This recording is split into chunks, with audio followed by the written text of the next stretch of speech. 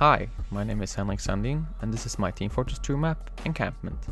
My map is designed for 10 to 12 players and is a bit smaller than the standard King of the Hill map.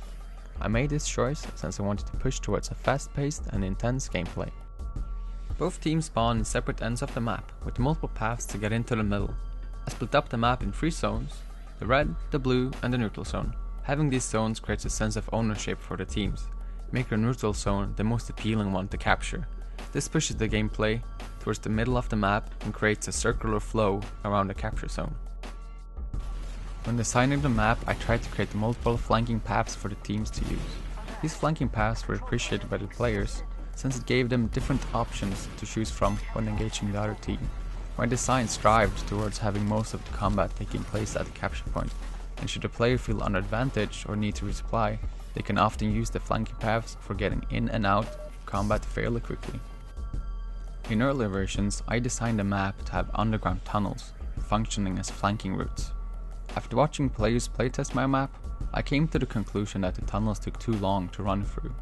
I solved this by removing the tunnels and creating more rooftop platforms to add more verticality to the gameplay.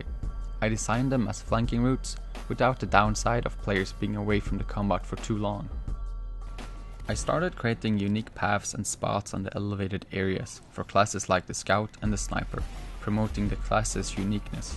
As I did this, new problems was created, like the Sniper having too much of an advantage at the bridge.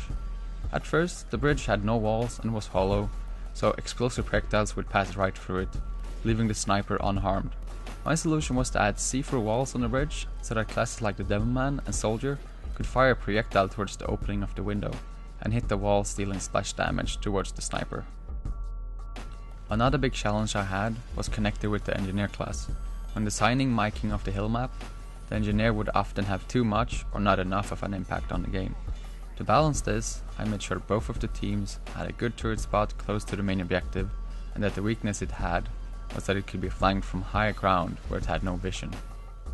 As I chose to have a symmetrical map to make it as balanced as possible, I knew it could lead to the players being a bit confused.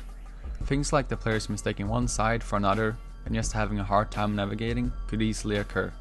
I prevented this by adding a variety of colored props on each side, representing the different teams to help them know what side of the map they were currently on. Thank you for watching. Please feel free to try out my map at the Steam workshop, and if you want more detail about the map's development, please take a look at my portfolio at henriksandin.com.